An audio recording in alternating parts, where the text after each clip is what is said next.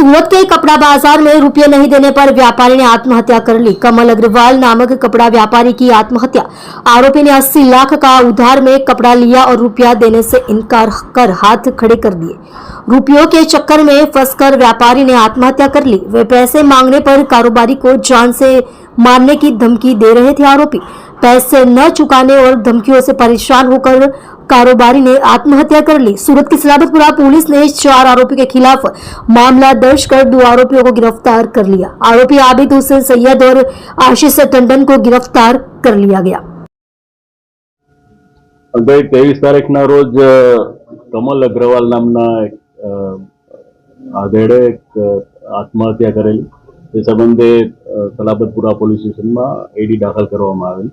એ સંબંધે એના પુત્ર એ ફરિયાદ આપેલી કે પોતાના જે પિતા છે એના પાસેથી આરોપી આબિદ હુસેન, આશિષ ટંડન, વિક્રમ અને ચોથો છે તુષાર ગોયલ, આ લોકોએ એમની પાસેથી ગ્રે કાપડ લઈ અને એનું પેમેન્ટ નહીં કરેલું અને જે સંબંધે એની પાસેથી વારંવાર ઉઘરાણી જે એના બિલ પાસ કરવા માટેની એ લોકોને ધમકી આપતા હતા।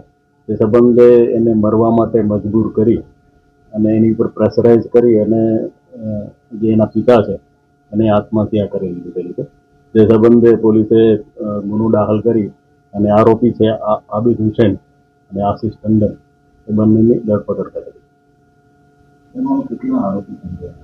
हाँ, जब मैं अगाऊ कहूँ एम 4 आरोपी हाल एफआईआर में नाम है।